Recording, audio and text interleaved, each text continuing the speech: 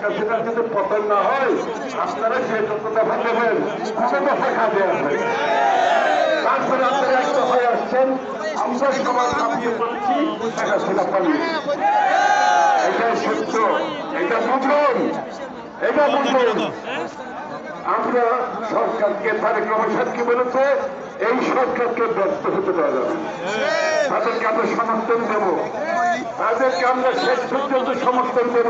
এই বছর এবার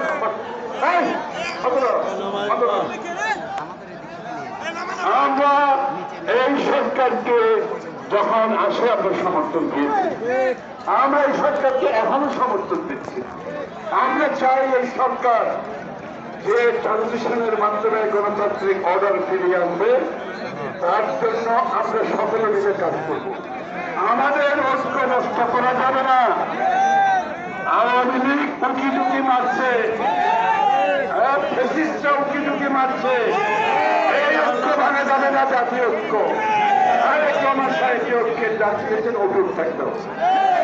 অটুট রেখে গণতান্ত্রিক প্রক্রিয়ার দিকে যেতে হবে, নির্বাচনের দিকে যেতে হবে, নির্বাচিত সরকারের দিকে যেতে হবে, নির্বাচিত সংসদের দিকে যেতে হবে, যারা জনগণের কাছে দায়বদ্ধ থাকবে।